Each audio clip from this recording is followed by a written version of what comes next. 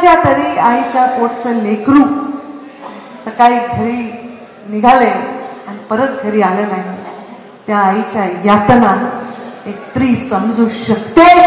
त्या आईच्या दुःखामध्ये मी सहभागी आहे. त्या घरामध्ये असणाऱ्या प्रत्येक स्त्रीच्या, त्या घरात असणाऱ्या त्याच्या भावाच्या, त्याच्या घरच्या आई वडिलांच्या दुःखामध्ये मी सहभागी आहे. आज अशी परिस्थिती परत बीड जिल्ह्यामध्ये येऊ नये हीच मी ईश्वरचरणी, वैद्यनाथाच्या चरणी प्रार्थना करते आणि मुंडे साहेबांच्या चरणी प्रार्थना करते की अशा परिस्थितीशी लढण्याची सक्षमता आणि शक्ती ही माझ्या लोकांमध्ये. आपण जसे आहोत त्याचाच जसा नेता आहे. आता मी मोठी बहीण आहे, मी बाबा जसे करायचे तसे करायचे. बाबा असे मागे पाठीला हात घेऊन चालायचे, तशीला अर्धे लेकरं या परळीमध्ये आमच्या लाकऱ्यामध्ये. हो रे राजाई, लाकऱ्यामध्ये हो राहू, तुझा मुलगा दाखवत होता त्या दिवशी बाबा कसे चालते. त्यांनी तर साहेबांना पाहिलंच नाही. आमचा सचिन आहे लाकऱ्याचा, त्याची मुलगी साहेबांसारखं चालून दाखवत.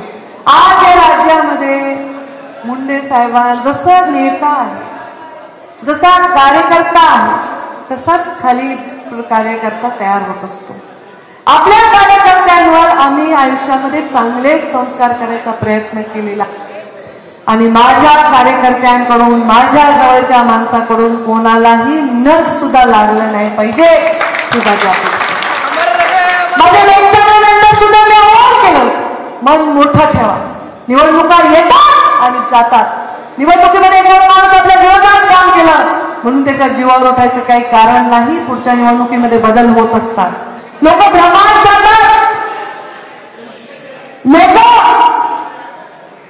गंभीर विचार करत असतात प्रत्येक गोष्टीचा आणि एखाद्या दिवशी एखादा चकवा येत असतो राजकारणामध्ये. त्या चकव्याला मागे टाकायचं आहे आणि पुढे जायचंय. मोठं मन, राजासारखं मन ठेवलं पाहिजे आणि मनासारखा राजा लागला पाहिजे. हे प्रत्येकाचं सोनं करायचंय जीवनामध्ये, हेच आमचं कर्तव्य आहे.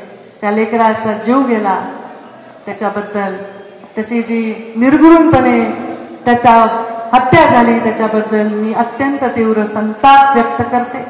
त्या लेकराचा जीव गेला ह्याच्याबद्दल मनापासून दुःख व्यक्त करते. ते जे ठिकाण आहे ते दुःखाचं ठिकाण आहे, ते कुठल्याही राजकारणाचं ठिकाण आहे. पोटातून, मनापासून मी त्या लेकराचा जीव गेला ह्याच्याबद्दल दुःख व्यक्त करते. मी स्वतः देवेंद्र फडणवीसांना बोलले, मी स्वतः एसपींना बोलले आणि मी सांगितलं की याच्यामध्ये जोही कोणी दोषी असेल, जो खरा दोषी असेल, ज्यांनी खरं त्याच्यामध्ये काम ह्या लेकराचा जीव घेतलाय, त्याला कडक शिक्षा झालीच पाहिजे हा माझा आग्रह. आज मी त्या लेकराला श्रद्धांजली वाहते. त्यांनी किती स्वप्न पाहिले असतील, सरपंच, उद्या निवडणूक लढायची, जिल्हा परिषद लढायची, काय काय स्वप्न असतील, ती स्वप्न अशी काढून घ्यायचा अधिकार कोणालाही.